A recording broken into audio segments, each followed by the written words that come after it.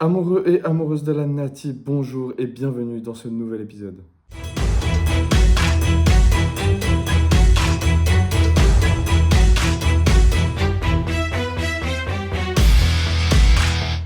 Quel match, l'équipe de Suisse qui va chercher le match nul face à l'équipe d'Allemagne, le pays hôte de cet Euro 2024. Oui, j'ai pas débriefé le match contre l'Écosse, je pensais qu'il n'y avait pas grand chose à dire, en plus j'aurais moins de temps à disposition, mais il fallait absolument revenir sur ce Suisse-Allemagne qui était quand même vraiment palpitant. On n'a peut-être pas eu le plus beau football possible, mais on a eu vraiment un suspense qui a duré jusqu'au bout.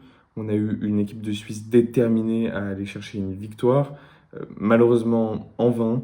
Mais clairement, j'ai été plutôt séduit par cette équipe, non pas par son style, contrairement face à la Hongrie, mais là beaucoup plus par son caractère, par sa personnalité, ce qui avait terriblement manqué lors des derniers mois et qui cette fois vraiment leur fait honneur. Évidemment, un peu de frustration au résultat final parce que ce but à la 92e de Füllkrug fait très mal. On n'était vraiment pas loin d'aller déloger le pays hôte et d'aller chercher une première place dans ce groupe A et de potentiellement obtenir un ticket pour affronter le Danemark ou la Serbie en huitième de finale.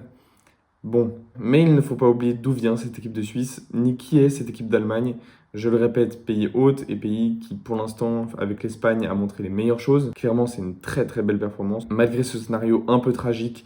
Mais moi, je m'en contente, surtout que lorsqu'on regarde les tableaux, au final, c'est kiff-kiff. On reviendra là-dessus en fin de vidéo. D'abord, on va analyser déjà le 11 de départ et puis on passera au match.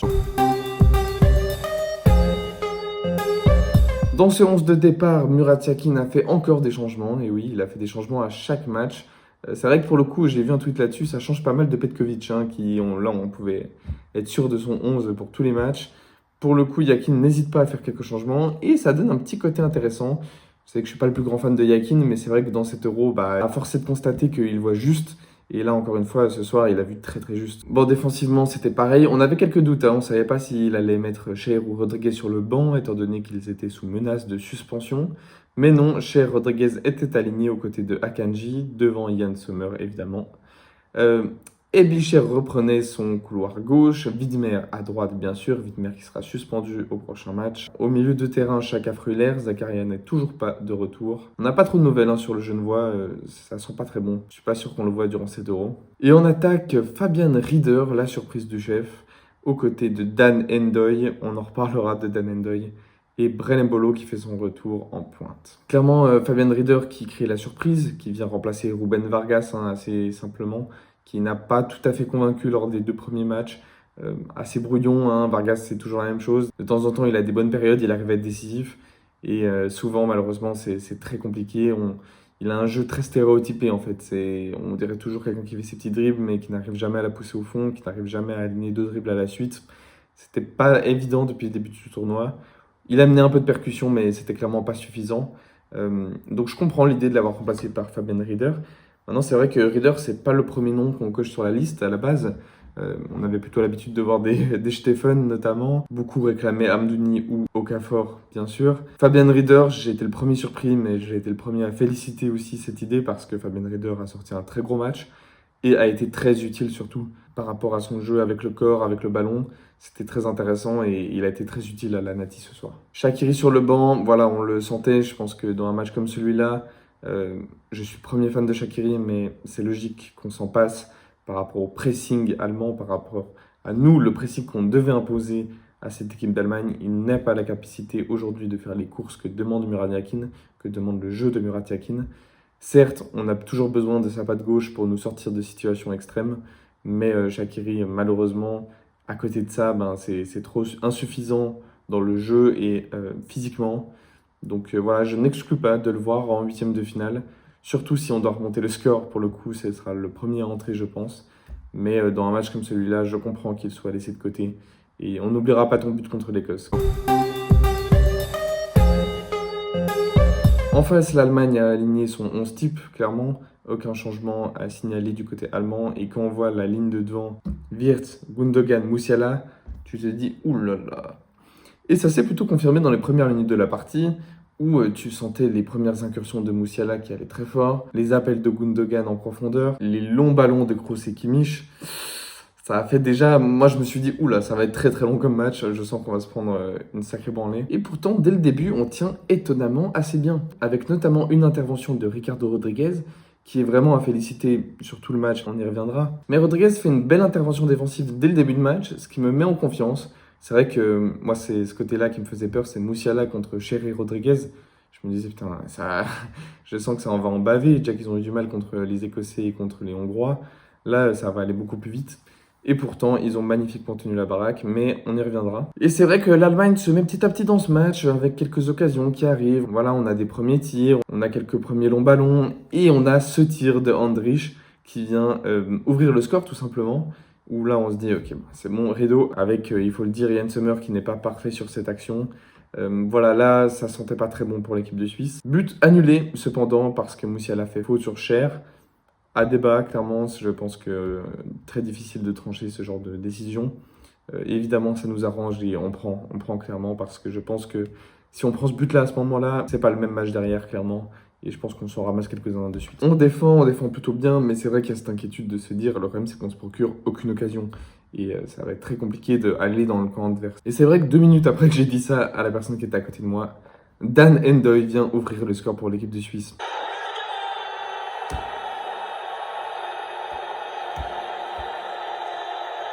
Le Starboy qui conclut une jolie action collective.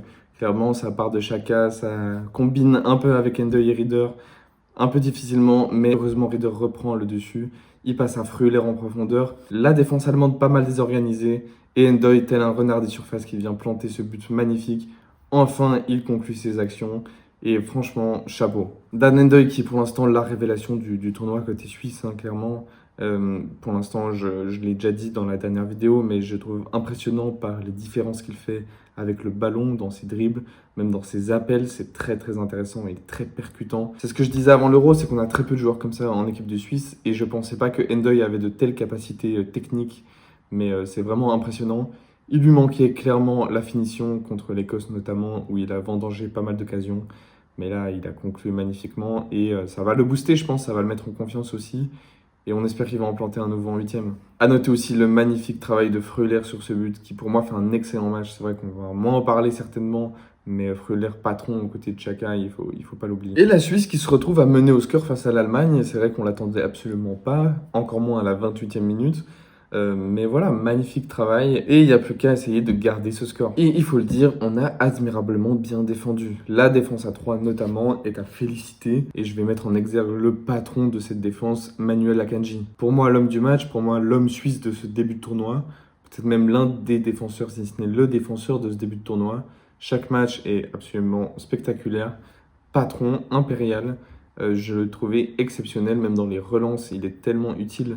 Là, il s'est magnifiquement occupé d'abord de Havertz, surtout en début de match. Ça a un peu changé au fur et à mesure de la rencontre, mais vraiment un patron. Et il faut le dire aussi, Cherry Rodriguez ont complètement fait le taf à côté. Les relances de Fabian Schär, c'est du miel à chaque fois. C'est juste magnifique, c'est tellement précis, tellement utile là aussi pour relancer le jeu en avant, pour aller beaucoup plus vite.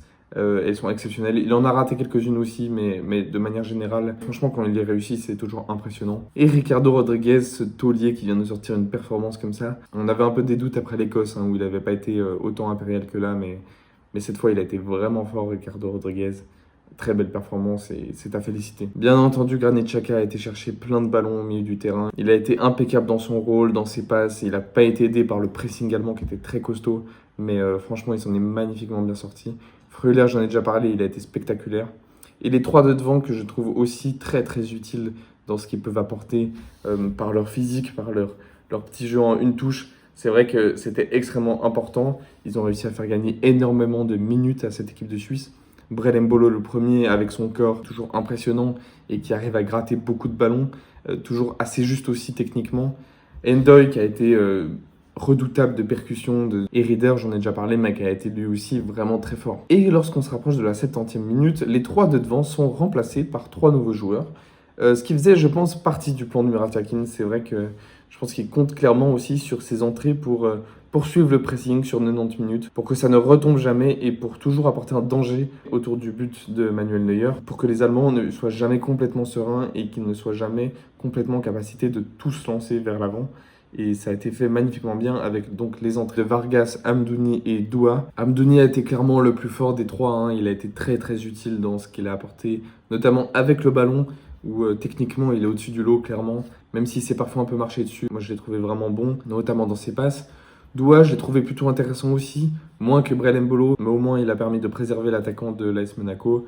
Et voilà, il a montré des choses plutôt intéressantes et surtout utiles, on va pas se mentir.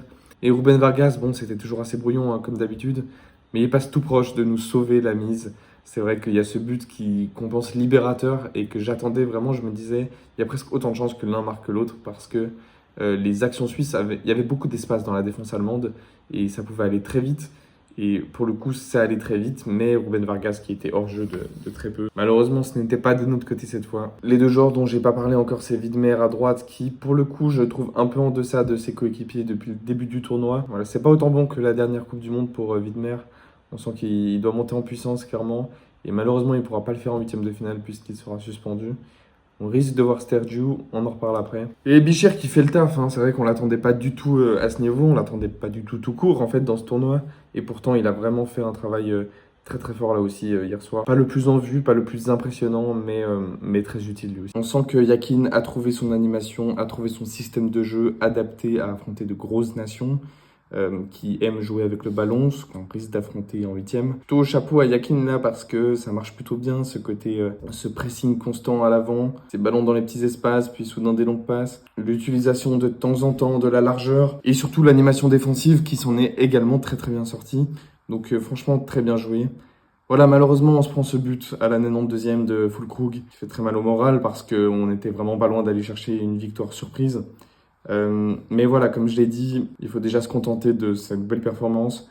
Et c'est vrai que quand on y pense, ben, là, pour la suite, ça ne change pas énormément. Quand on regarde les tableaux, on évite au moins le Portugal et l'Espagne qui sont redoutables. Bon, on risque d'affronter donc l'Italie ou la Croatie ou peut-être l'Albanie. Alors qu'où je tourne, je ne sais pas encore. Moi, j'ai l'impression que ces trois équipes peuvent être à notre portée. L'Italie, depuis le début, ne me montre pas de choses extrêmement impressionnantes. Pareil pour les deux autres. Donc ouais, j'ai confiance. Je pense qu'on peut clairement poser des problèmes à ces équipes. Yakin a réussi à créer une osmose, quelque chose qui fonctionne. Donc voilà, il faut capitaliser dessus à fond. Et en tout cas, moi, je continue à y croire. Quel 11? Bon, la vraie interrogation, elle est autour du poste de Rieder. Est-ce que ce sera lui? Est-ce que Vargas va récupérer sa place? Un Amdouni, un Shaqiri, est-ce que même un Okafor pourrait enfin avoir du temps de jeu? Je sais pas, j'ai des doutes évidemment, mais c'est vrai qu'on ne sait pas encore trop ce que nous réserve Yakin par rapport à ce poste. Mais pour le reste, je pense qu'on va être sur le même 11, hormis Widmer qui devrait être remplacé par Stergiou. Et là, il y a une vraie interrogation. C'est vrai que je ne sais pas tout à fait quelles sont les capacités actuelles de Stergiou. On l'a peu vu malgré ses nombreuses entrées en jeu. C'est pas forcément son poste de base d'être piston. Il n'a pas joué énormément cette saison en Bundesliga. Mais c'est mon petit doute, on va dire, par rapport à ce match qui arrive. Si on réussit à se qualifier pour l'écart, on pourrait affronter l'Angleterre. Elle non plus, elle n'est pas si impressionnante depuis le début du tournoi. Évidemment que ça va être très très compliqué par la suite. Évidemment qu'il y a des chances qu'on sorte aussi samedi. Mais moi, cette équipe de Suisse, elle me fait toujours rêver. Elle continue à me faire vibrer et j'y croirai toujours. Yakin semble avoir trouvé quelque chose qui marche plutôt bien. J'ose croire que, comme en 2021, on pourra créer l'exploit et franchir un cap, peut-être même un autre. Voilà. Et en tout cas, elle nous crée des émotions encore une fois. Et en arrivant à cet Euro, j'étais vraiment pas sûr que ce soit possible. Mais elle m'a encore convaincu et c'est vraiment une équipe qui va chercher son 6e huitième de finale de suite. C'est admirable ce que font ces joueurs depuis toutes ces années. Moi, j'étais à la fan zone de Nyon, où il y avait beaucoup de monde, beaucoup de gens motivés qui chantaient. Il y a une vraie euphorie qui se crée autour de cette équipe. Et ça, c'est une vraie satisfaction de le voir. Tout le monde y croit ensemble. Alors les gars, faites-nous rêver encore une fois. Et en attendant le débrief des huitièmes de finale, amoureux et amoureuses de la Nati, prenez soin de vous. Ciao.